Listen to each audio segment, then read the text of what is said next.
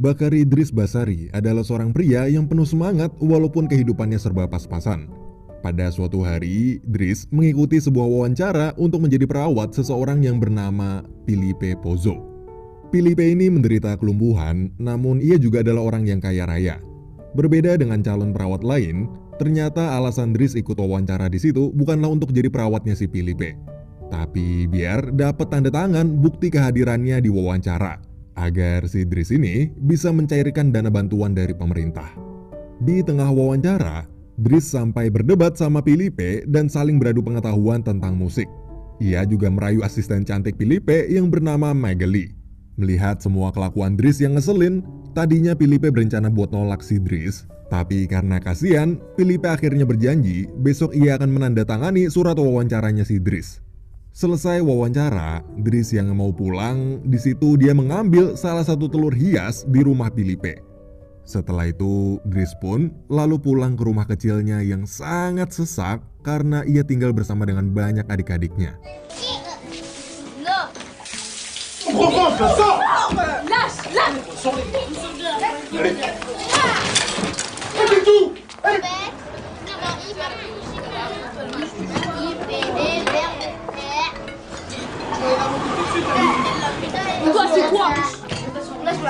Tu veux quoi, du? Tu viens d'où? Lalu saat sang ibu baru pulang kerja dan melihat Dris, ibu Dris ini pun marah besar karena ternyata Dris sudah menghilang selama 6 bulan tanpa memberi kabar. Gak hanya itu, ibunya juga kesal saat tahu ternyata si Dris ini sampai sekarang masih saja pengangguran. Karena muak melihat anaknya yang paling tua itu nggak bisa diandalkan, maka sang ibu pun mengusir Dris dari rumah. Keesokan harinya, Dris mendatangi rumah mewah Filipe lagi untuk mengambil surat wawancaranya. Tapi di situ, Dris kaget waktu mendengar cerita dari kepala perawat yang bernama Yevon. Yevon berkata bahwa ternyata selama ini sudah banyak perawat yang datang dan pergi dengan cepat karena mereka tak tahan setelah bekerja selama 2 minggu di sana.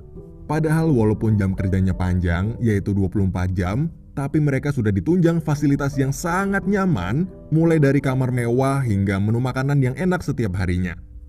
Dan di hari itu, nggak disangka-sangka, Filipe tiba-tiba memutuskan untuk memperkerjakan Dris selama 1 bulan sebagai percobaan. Karena Dris juga lagi nganggur dan gak punya kesibukan lain dan dia juga habis diusir, Dris akhirnya menerima keputusan Filipe tersebut. Lalu tugas Dris sebagai perawat Filipe pun dimulai.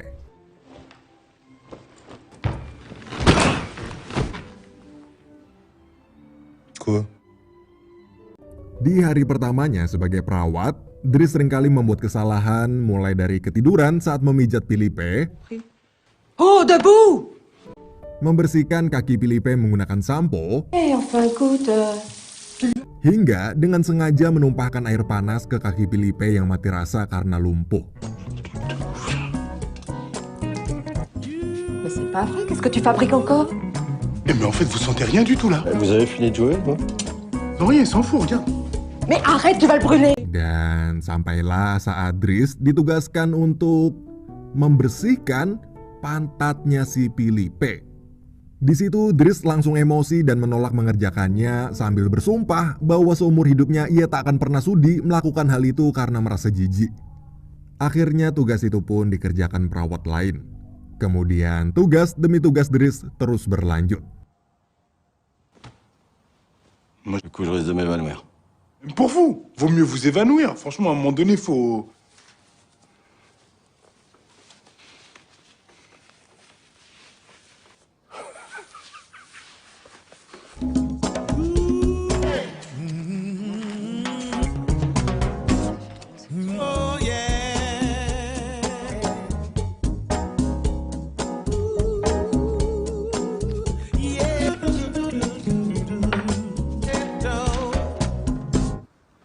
Poubelle. Non, avocat. Bon appétit. Oh.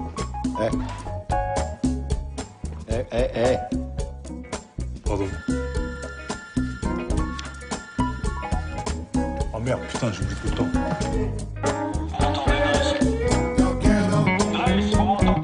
Il est presque 9 heures, Philippe vous attend. Keesokan harinya saat Dries akan mengantar Philippe ke sebuah galeri lukisan, ia menolak memakai mobil yang mirip seperti ambulan. Akhirnya Dries memilih mobil lain yang lebih mewah. C'est-à-dire que malheureusement... C'est-à-dire Elle est verte, moi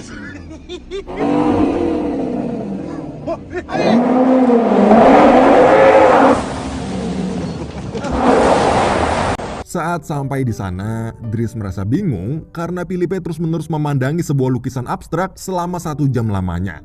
Padahal bagi Dries, lukisan tersebut hanyalah sebuah lukisan asal-asalan.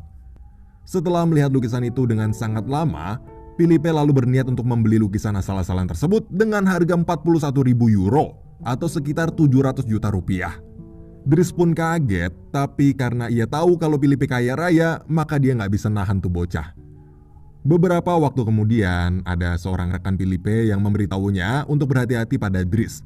Karena si Dries ini ternyata baru aja bebas dari penjara selama 6 bulan gara-gara mencuri.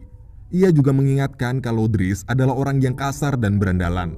Tapi pada akhirnya, Philippe justru mengatakan bahwa Dries sebenarnya tidaklah seburuk yang dibayangkan rekannya tersebut. Karena Philippe merasa sangat puas dengan perawatannya Dries itu. Philippe juga menceritakan salah satu kelebihan Dries adalah ia pintar menghibur orang dengan cara yang nggak disangka-sangka. Keesokan harinya, Dries menemukan rahasia Philippe yang membuatnya cukup kaget. Karena ternyata selama ini Philippe suka mengirim surat pada seorang wanita yang bernama Eleanor.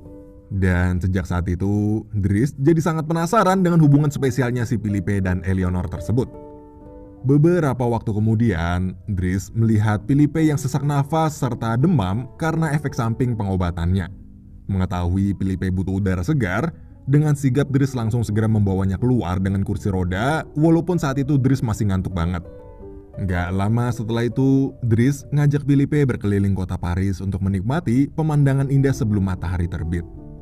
Saat sedang berkeliling di sana, Dries lalu memberi Philippe rokok ganja miliknya sebagai pengobatan agar ganja tersebut bisa mengurangi rasa sakit Philippe. Dries di situ akhirnya bertanya tentang bagaimana hubungan cintanya Philippe dan Eleanor.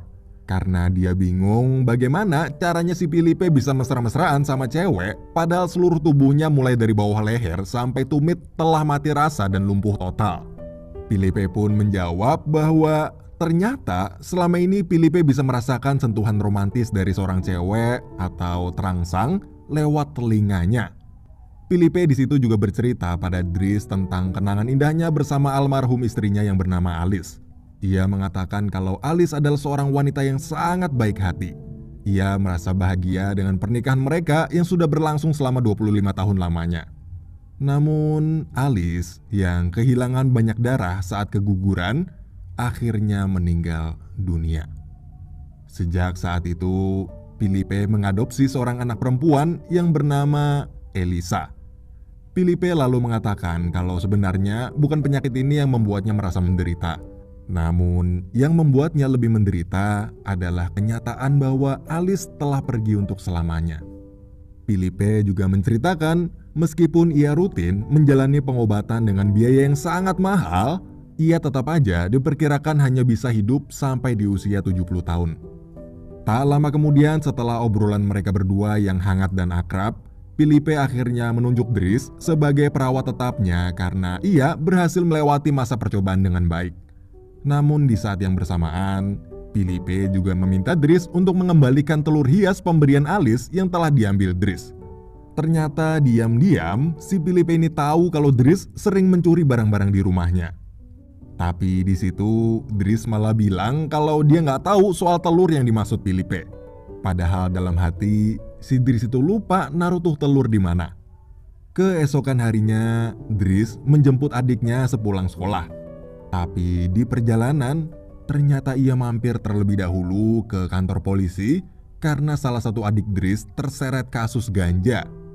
Untungnya adik laki-laki Dries yang bernama Adama ini dibebaskan karena masih di bawah umur. Di rumah Philippe, Dries melihat Philippe yang sedang menulis sebuah puisi untuk Eleanor dengan bantuan Megeli. Dries pun lalu meledeknya karena puisi itu isinya cuma rayuan-rayuan gombal aja.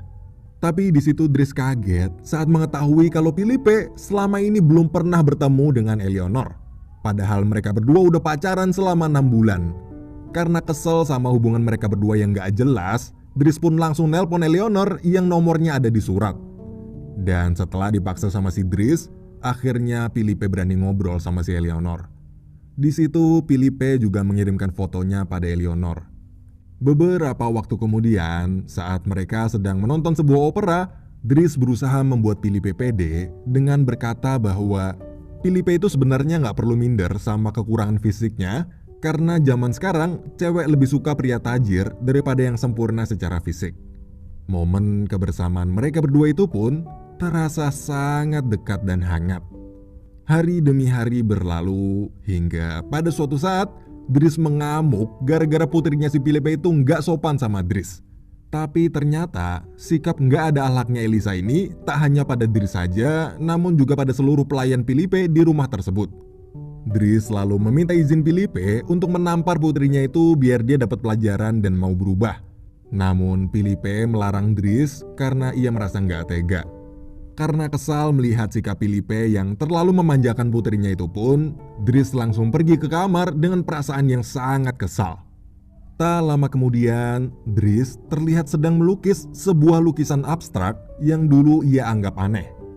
Di sisi lain, berkat dorongan dari Dries, Philippe kini mulai berani menegur putrinya agar bersikap lebih sopan pada orang lain. Setelah itu, Dries kembali menjalankan rutinitasnya sebagai perawat Philippe. Tapi ada yang beda nih guys. Jika sebelumnya Dries melakukan tugas dengan serius dan tegang, kini ia menjalankan tugasnya tersebut dengan lebih santai dan enjoy. Seakan-akan merawat Philippe itu telah menjadi hiburan tersendiri bagi si Dries. Seiring berjalannya waktu, hubungan Dries dan Philippe pun semakin akrab. C'est toi qui as fait ça. Je dis pas que je le mettrai. Faut voir. À votre avis, on peut en tirer combien? J'adore. Je peux pas, là, c'est pas possible, là.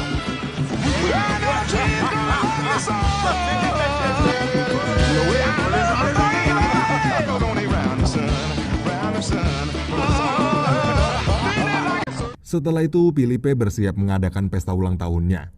Tapi sebelum hari tersebut tiba, Philippe mengatakan pada Dries bahwa ia bosan dengan sikap keluarganya yang memperlakukan dia seperti orang sekarat. Secara tak langsung, momen curhat ini pun mengisyaratkan bahwa Philippe semakin nyaman dengan Dries yang memperlakukannya lebih manusiawi. Setelah itu, pesta ulang tahun Philippe pun akhirnya digelar. Philippe di sana telah menyewa grup musik orkestra untuk memeriahkan pestanya. Di sisi lain, Dries melihat Elisa yang sedang mengurung diri di dalam kamar sambil menangis.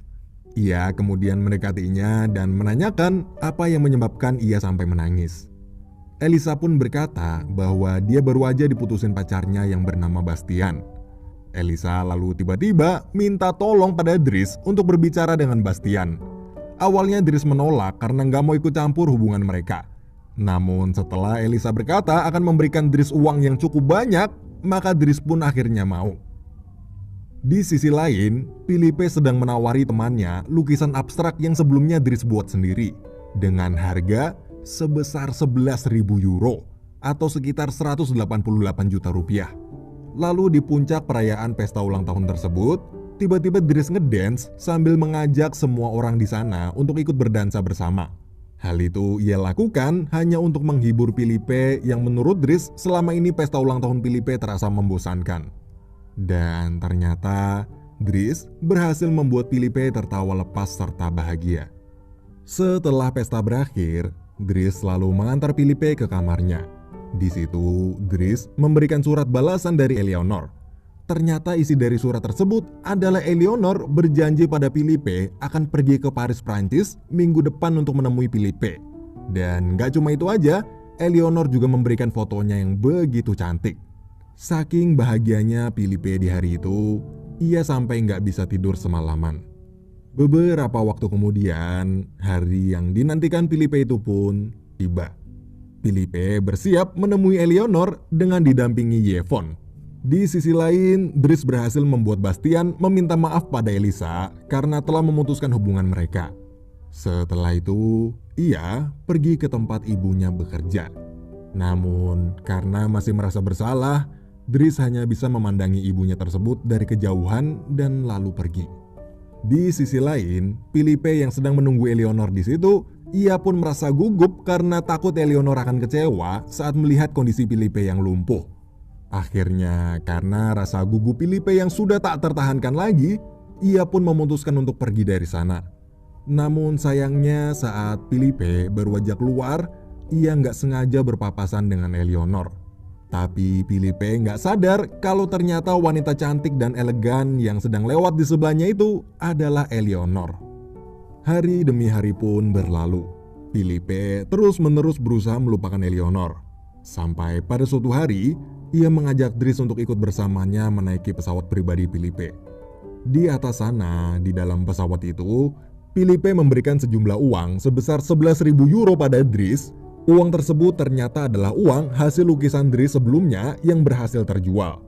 Philippe juga mengatakan kalau Dries sangatlah berbakat dalam melukis lukisan abstrak.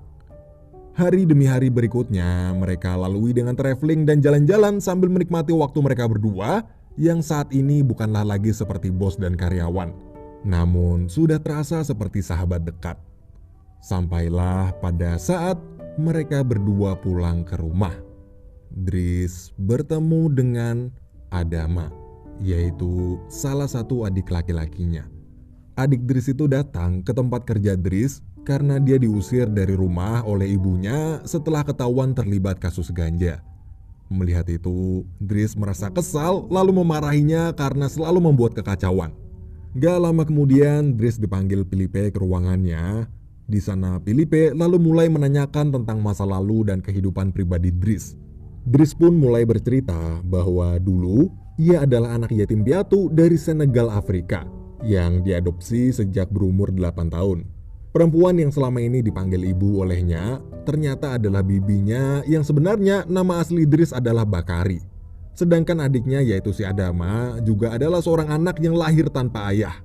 Karena dulu bibi atau yang Bakari telah anggap sebagai ibu kandungnya sendiri itu seringkali pulang malam dan tiba-tiba hamil. Mendengar kisah masa lalu Dries yang kelam tersebut, perasaan Philippe pun jadi campur aduk.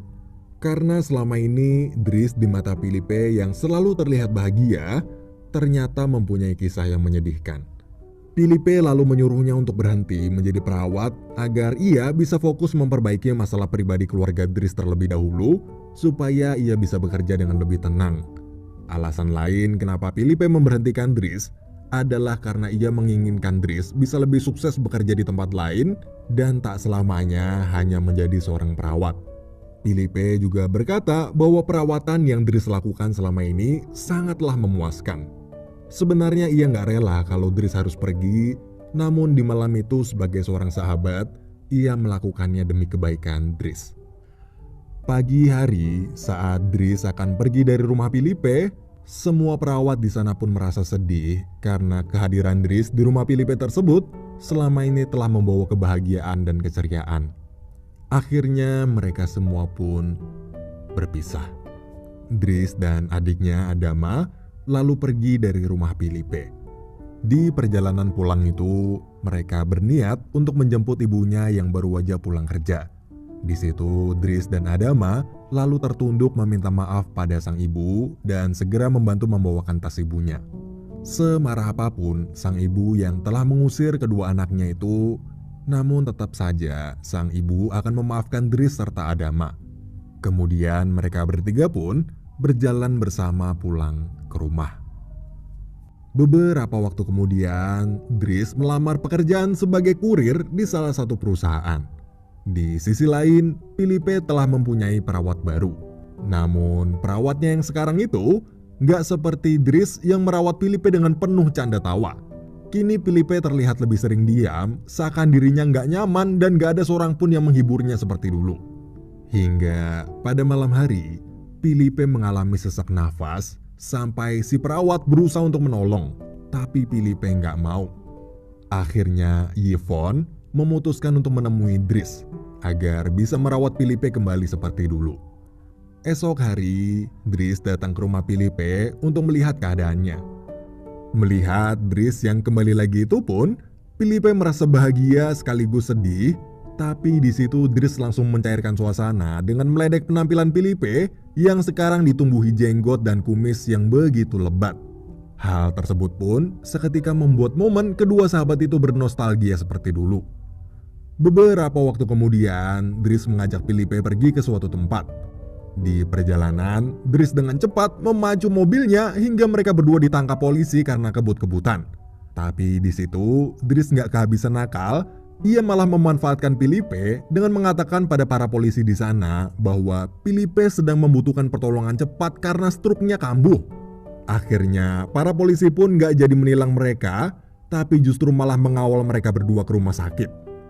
Saat tiba di tujuan dan saat para polisi itu sudah pergi, Dries lalu mengajak Felipe pergi ke tempat yang sangat jauh untuk menghabiskan waktu mereka bersama sebagai sepasang sahabat. Ternyata Dries membawa Felipe ke sebuah pantai untuk mencari udara segar dan menikmati indahnya alam yang sudah lama tak Felipe rasakan selama berada di rumah mewahnya.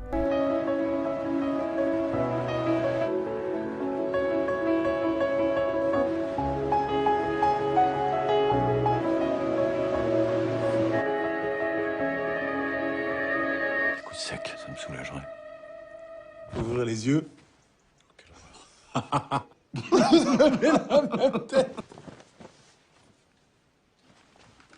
Ah non, non. Ah non, ça se... Colère. Gros colère, Philippe. Keesokan harinya, Dries mengajak Felipe pergi makan siang di sebuah restoran. Tapi baru aja Dries duduk di depan Felipe, ia di situ langsung mengatakan bahwa dirinya harus segera pergi karena ada sebuah urusan penting. Sebelum pergi, Dries lalu memberikan telur yang dulu sempat ia curi dari rumah Felipe. Kemudian Dries mengatakan pada Felipe bahwa sebentar lagi ada orang spesial yang akan datang. Setelah itu Dries pun langsung pergi meninggalkan Felipe sendirian di sana begitu aja.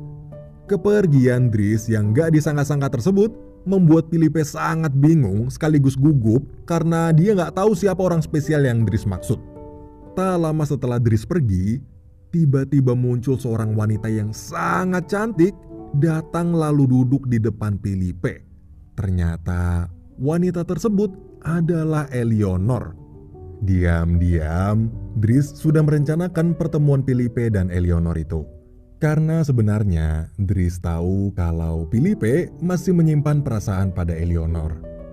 Dari kejauhan, Dries yang melihat mereka berdua bertemu untuk pertama kalinya pun tersenyum bahagia sambil berkata bahwa pertemuan Felipe dan wanita yang ia cintai itu adalah hadiah terakhir yang bisa Dries berikan sebagai seorang sahabat. Dan film pun berakhir.